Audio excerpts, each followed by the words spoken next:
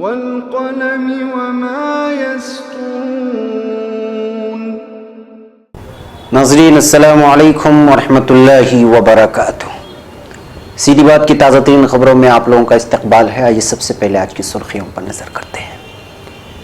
Bengaluru air show फिजाइया के 2 खाक तैयारे हादसे का शिकार एक पायलट की मौत। पुलवामा हमला, शहला रशीद पर अफवाह फैलाने का इल्जाम, दर्ज हुआ FIR। बीजेपी जनरल सेक्रेटरी की भतीजे से फैजान ने किया निकाह, संघ परिवार मौजूद। शिवसेना बीजेपी इत्तेहाद के बाद कांग्रेस का चुपता सवाल, यह महामिलावट है या महाभय। मोदी हुकूमत के सामने झुकी RBI, देने पड़े 28,000 करोड़ रुपए। पुलवामा दहशतगर्दाना हमले के बाद देहरादून के 2 कॉलेजों ने कहा कश्मीरियों को नहीं देंगे दाखिला। इंतखाबात से पहले ही क्यों हुआ पुलवामा में हमला, ममता बनर्जी का सवाल। AMU तलबा का लगातार 7वें रोज धरना, अखिलेश यादव के अपने की मुलाकात। तेलंगाना काबीना की तौसीह, 10 अरकान की शमूलियत, 6 नए चेहरे शामिल, किसी भी खातून को नहीं मिली जगह। हिंदुस्तान की 16 करोड़ आबादी शराबनोशी में मुब्तला, 6 करोड़ अफराद आदि। पंजाब हुकूमत का बड़ा फैसला, पेट्रोल और डीजल की कीमतें होंगी कम। पुलवामा हमला, पाकिस्तानी वजीर आजम इमरान खान ने हिंदुस्तान से तलब किए सबूत। इस्राएली फोर्सेस ने 22 फिलिस्तीनियों को हिरासत में ले लिया। इमदाद तो एक बहाना है, ट्रंप की नजर हमारे मादनी वसाइल पर है, मादोरो का बयान। अरब ममालिक का इसराइल के साथ इत्तेहाद तबाही का मूजिब बनेगा। गजा में आबादी की अक्सरियत ग़िज़ाई किल्लत का शिकार है, वो नरवा का बयान। मिस्र में खुदकश हमले के नतीजे में 2 सिक्योरिटी एहलकार जाम बहक। सऊदी वजीर खारिजा के ईरान पर इल्जामात, क्या बिल्ली थैले से बाहर आ गए। नाज़रीन अस्सलामु अलैकुम वरहमतुल्लाहि वबरकातुहू। सीधी बात की ताज़ा तरीन खबरों में आप लोगों का इस्तकबाल है। मैं अंसार अजीज नदवी आज की खबरों की तफसीलात लेकर आप लोगों की खिदमत में हाजिर हूँ। नाज़रीन, तफसीलात में जाने से पहले आपको इत्तला कर दूं कि आज का प्राइम टाइम शाये हो चुका है, जो अहम तरीन मौजू पर शामिल है। बॉलीवुड के एक्टर्स किस तरह बिक जाते हैं, कुछ कौड़ियों के दाम, उसको यहाँ बयान करने की कोशिश की है। दरअसल कोबरा पोस्ट ने एक स्टिंग ऑपरेशन किया है, उसी की तफसीलात पेश की गई, उसको जरूर देखें। और 2019 के पार्लिमानी इंतखाबात के पेश नज़र उस वीडियो को दूसरों तक पहुँचाना मेरे लिए और आपके लिए, दोनों के लिए बहुत लाजमी है। लिहाजा उस वीडियो को जरूर देखें और दूसरों तक पहुँचाने की कोशिश करें। जिन लोगों ने हमारे चैनल को सब्सक्राइब नहीं किया है वो जरूर सब्सक्राइब करें। चलिए नाज़रीन, चलते हैं तफसीलात की जानिब। पहली खबर बेंगलुरु से। बेंगलुरु में बुध से शुरू होने वाले एयर इंडिया शो से एक दिन पहले फिजाइया को आज उस वक्त एक बड़े हादसे का सामना करना पड़ा जब उसके 2 खाक तैयारे हवा में आपस में टकरा गए, जिससे उनमें सवार 3 पायलटों में से एक की मौत हो गई जबकि 2 दीगर जख्मी हो गए हैं। फिजाइया के तर्जुमान ने बताया कि सूर्य किरण डिस्प्ले टीम के ये तैयारे बुध से शुरू होने वाले एयर इंडिया शो के लिए रिहर्सल कर रहे थे। यह हादसा सुबह तकरीबन 11:50 पर हुआ।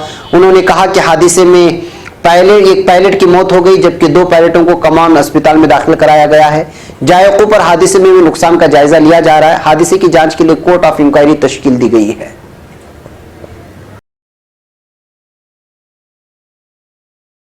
नाज़रीन, अब खबर नई दिल्ली से। देहरादून पुलिस ने पुलवामा दहशतगर्दाना हमले को लेकर मुबैना तौर पर अफवाह और अक़लियती कम्युनिटी के बीच डर फैलाने का इल्जाम लगाते हुए JNU स्टूडेंट और सामाजिक कारकुन शहला रशीद के खिलाफ FIR दर्ज की है। देहरादून पुलिस ने रशीद के खिलाफ अमन अमाल में खलल डालने से मुतालिक IPC की दफात 153B 2052 और 504 के तहत FIR दर्ज की गई है। शहला रशीद ने पुलिस FIR की कॉपी ट्विटर पर शेयर करते हुए लिखा है कि बीजेपी हुकूमत में इंसाफ मांगने की कीमत चुकानी पड़ती है। उत्तराखंड पुलिस ने मेरे खिलाफ FIR दर्ज की है, लेकिन बजरंग के कन्वीनर विकास वर्मा के खिलाफ कोई भी कार्रवाई नहीं कर पाई, जिन्होंने कौमी अखबारात को दिए अपने बयानात में कबूल किया है कि वो भीड़ के साथ हमले में शामिल रहे और कश्मीरियों को देहरादून छोड़ने के लिए कहा। कह नहीं सकते कि उत्तराखंड को कौन चला रहा है। वहीं देहरादून पुलिस ने कहा कि JNU स्टूडेंट यूनियन की साबिक रहनुमा शहला रशीद ने ट्विटर पर अफवाह फैलाकर लोगों में दहशत पैदा करने की कोशिश की है। SSP निवेदिता कुकरीति ने टाइम्स ऑफ इंडिया से कहा है कि अपनी ट्वीट में शहला रशीद ने दावा किया कि कश्मीरी लड़कियां घंटों तक फंसी रहीं और बाहर खड़ी भीड़ उनके खून की प्यासी थी। दोनों ही बातें हक़ाइक़ के एतबार से गलत हैं और इस हल्के में अमन अमान में खलल डालने के मकसद से ये सब कहा गया था। अब खबर लखनऊ से। मुस्लिम लड़के और हिंदू लड़की की शादी को बीजेपी और संघ परिवार के लोग लव जिहाद का नाम दे देते हैं और उसके नाम पर आम हिंदुओं को भड़काने की कोशिश करते हैं। लेकिन इस मर्तबा बीजेपी के सीनियर रहनुमा सोशल मीडिया पर घिर गए हैं। दरअसल आरएसएस प्रचारक और बीजेपी के मौजूदा कौमी जनरल सेक्रेटरी तंजीम रामलाल गुप्ता की भतीजी श्रिया गुप्ता ने इतवार की शब लखनऊ के एक 5 स्टार होटल में मुस्लिम नौजवान फैजान करीम के साथ शादी की है। फैजान गोरखपुर की रिहायशी है और फिल्म इंडस्ट्री से वाबस्ता है।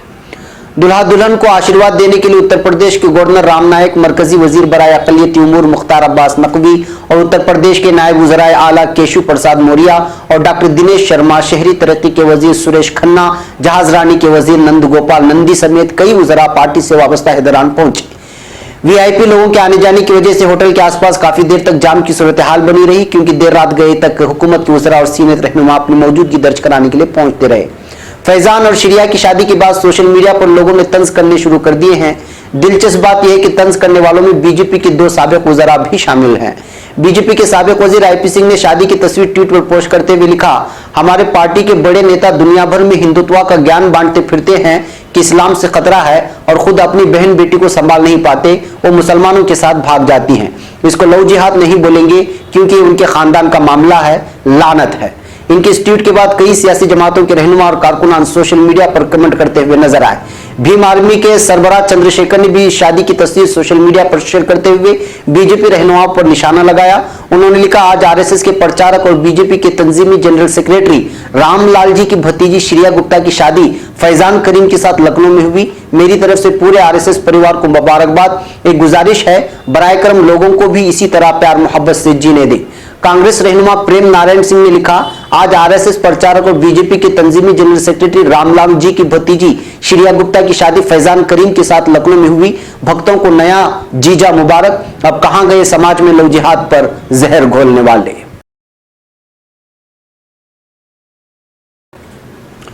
अब खबर नई दिल्ली से। लोकसभा इंतखाबात 2019 के पेश नजर 18 फरवरी को बीजेपी और शिवसेना ने इत्तेहाद कायम रखने का फैसला कर लिया है।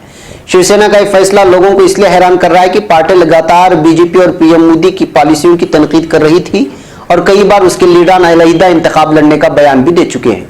इस फैसले के बाद कांग्रेस के सीनियर लीडर अहमद पटेल ने चुपता हुआ सवाल किया है कि यह महामिलावट है या फिर महाभय यानी खौफ। कांग्रेस लीडर अहमद पटेल ने यह सवाल अपने ट्विटर हैंडल पर पूछा है। उन्होंने अपने ट्वीट में लिखा है कि पहले बिहार, फिर महाराष्ट्र और अब तमिलनाडु एक के बाद एक बीजेपी इत्तेहाद बनाने में लगी है।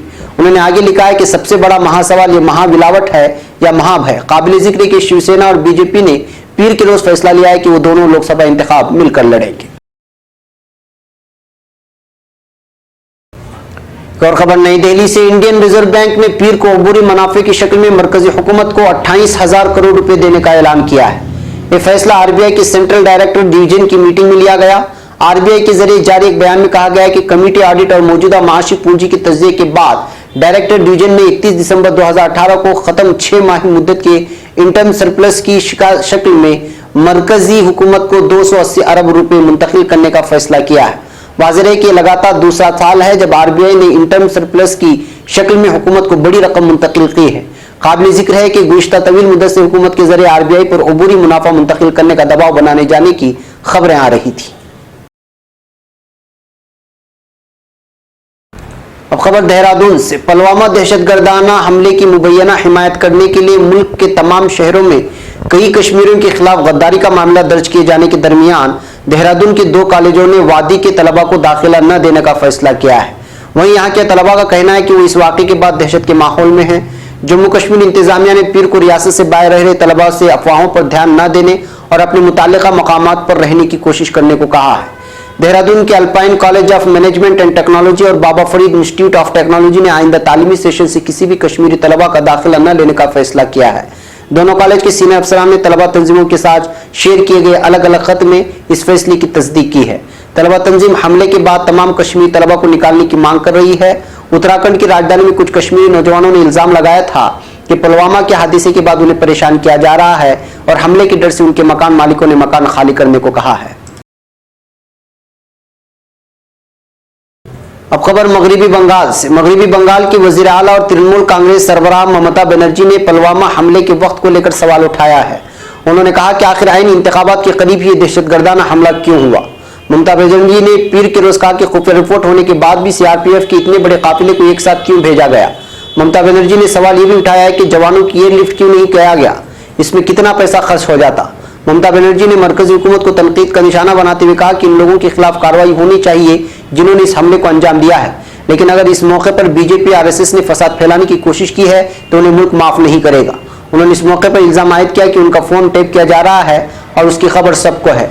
ममता ने कहा कि आप सब जानते हैं कि मुझे भी इंटेलिजेंस रिपोर्ट मिलती है कि मेरा फोन टैप हो रहा है। काबिल जिक्र है कि गुज़श्ता जुमेरात को जम्मू कश्मीर के पुलवामा में खुदकश हमले में सीआरपीएफ के 49 जवानों की जान चली गई थी। इस हमले की जिम्मेदारी पाकिस्तान की दहशतगर्द तंजीम जैश मोहम्मद ने ली है। ये वही तंजीम है जिसने 2001 में पार्लियामेंट पर हमला किया था।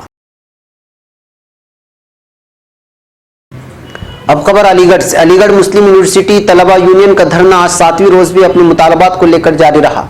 इन तलबा में आज जोश खरोश काफी ज्यादा देखने को मिला क्योंकि उन्हें अलीगढ़ के अलावा बाहर से भी हिमायत हासिल हुआ है।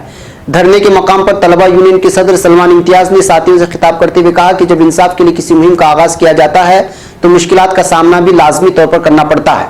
उन्होंने इस मौके पर तलबा बरादरी से अपील की कि वो इसी अज़्म एतिमाद के साथ अपना एहतजाज जारी रखें, यकीनी तौर पर उन्हें इंसाफ मिलकर रहेगा। इस दरमियान दिल्ली ओल्ड बॉयज एसोसिएशन के अहदेदारान ने धरने पर पहुंचकर अपनी हिमायत का ऐलान किया। एएनयू तलबा ने इस हिमायत का बुलंद आवाज के साथ न सिर्फ इस्तकबाल किया बल्कि अदल इंसाफ के लिए सदा इंसाफ भी बुलंद की। काबिल जिक्र यह है कि समाजवादी पार्टी के कौमी सदर उत्तर प्रदेश हुकूमत के साबिक वज़ीर आला अखिलेश यादव ने भी एक वफ्द भेजकर पार्टी की जानिब से तलबा की हिमायत का ऐलान किया है। अब खबर तेलंगाना से। तवील इंतजार और तजस्सुस के बाद तेलंगाना के वज़ीर आला के चंद्रशेखर राव ने आज काबीना में तौसीक कर दी है।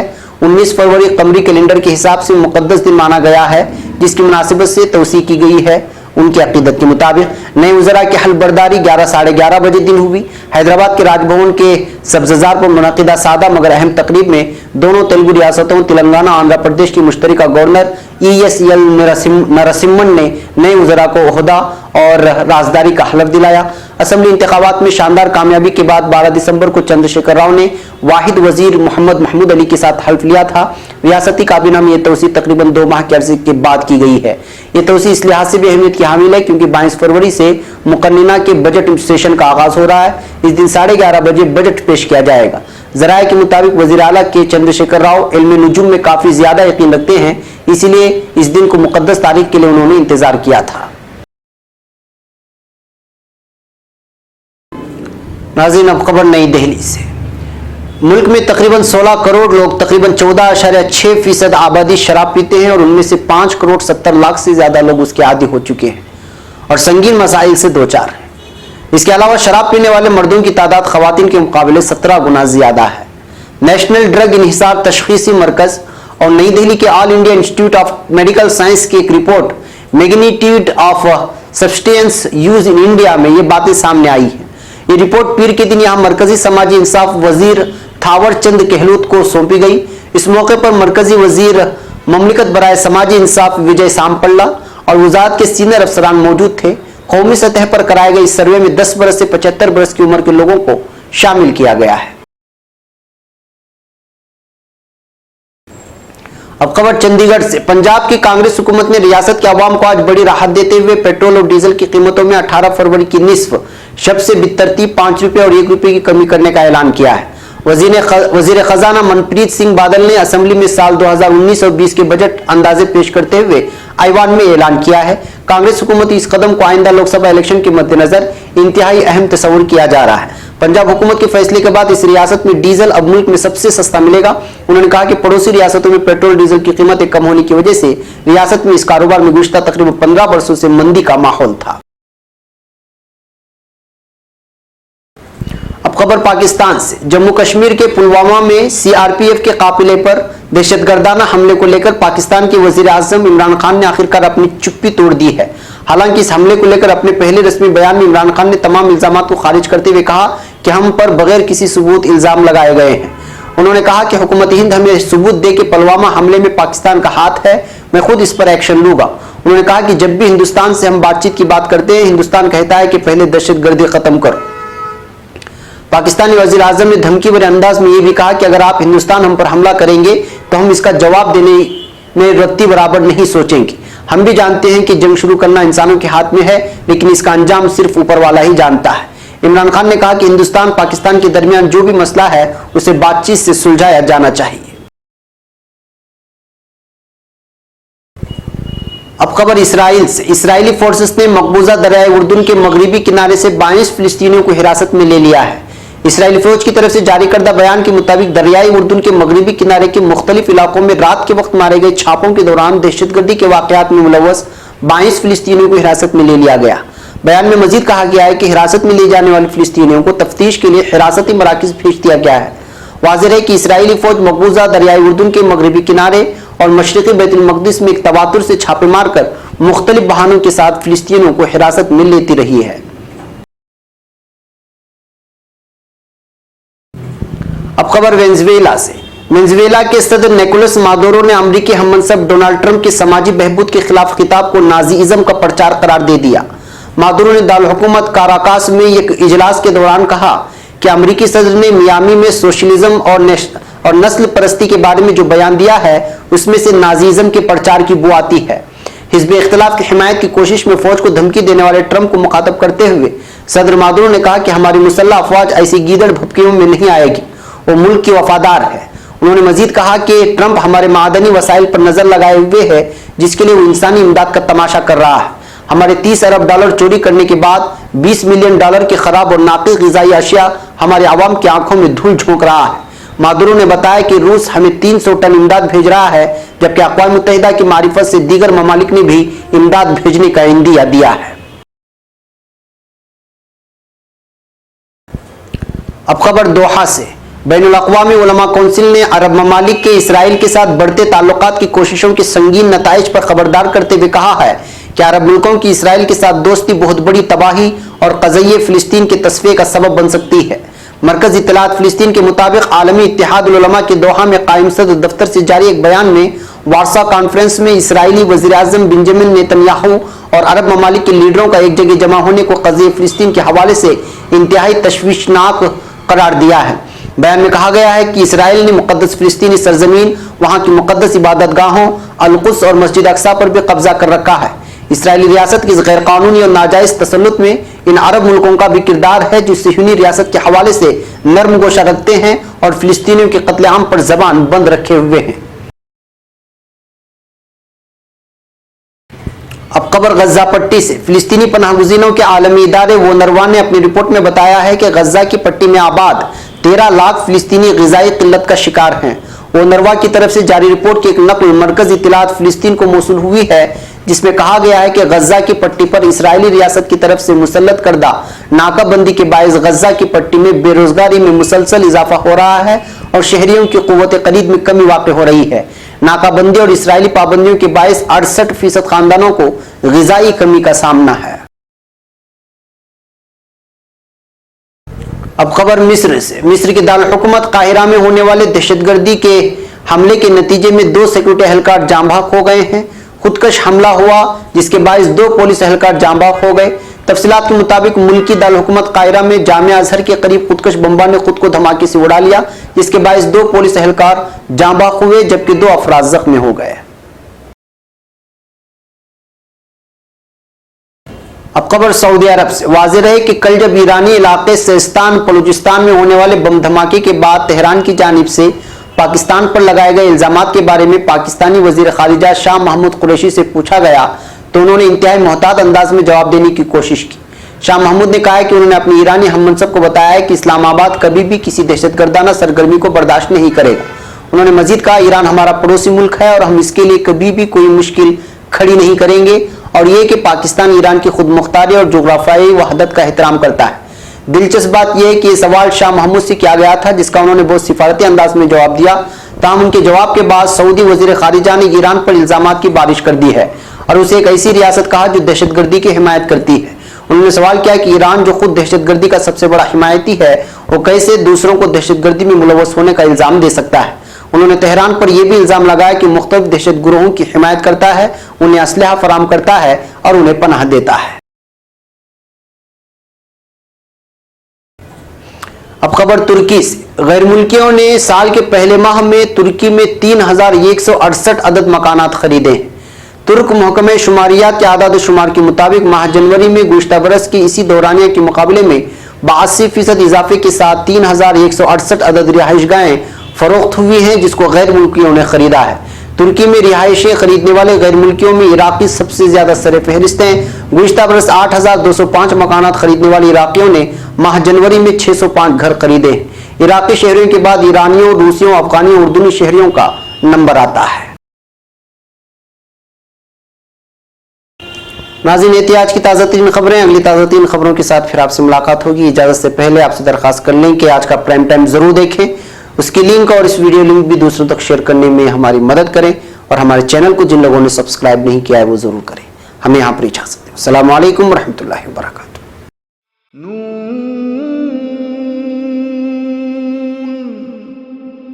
वल क़लम वमा